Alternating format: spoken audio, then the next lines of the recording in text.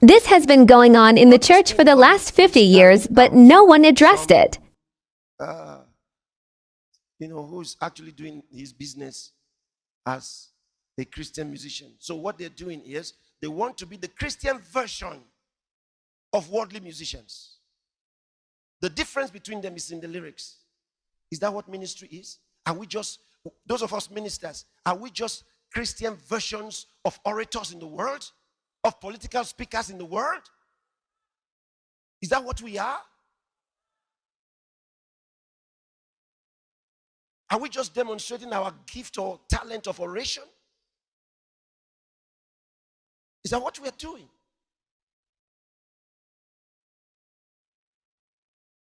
If that's not what we're doing, why do we accept it of them? What they want to do is to be indisciplined, not working at all, and taking advantage of God's people and misleading them. And this has gone on for a long time. I said, for the last 50 years, I've done my study. I've done my research.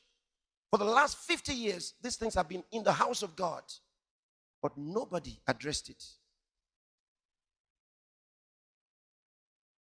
And you find these Christian musicians that are outside the house of God, they go up to the limelight like the world, and then they fade away.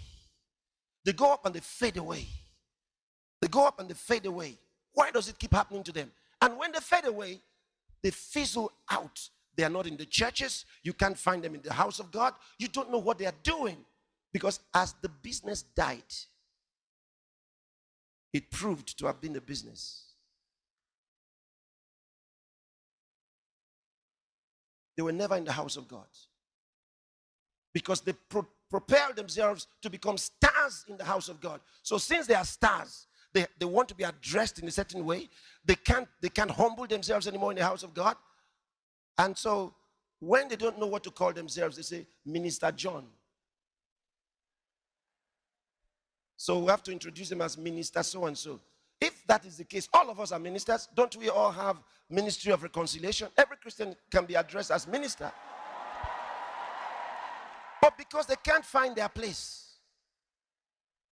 They can't find their place because it's not there. It's not in the New Testament. And so if we're going to create such things in the house of God, modeled for worship to help lead in congregational worship, we must have them trained. We must have them disciplined. We must have them do things according to the word of God and not mislead God's people anymore.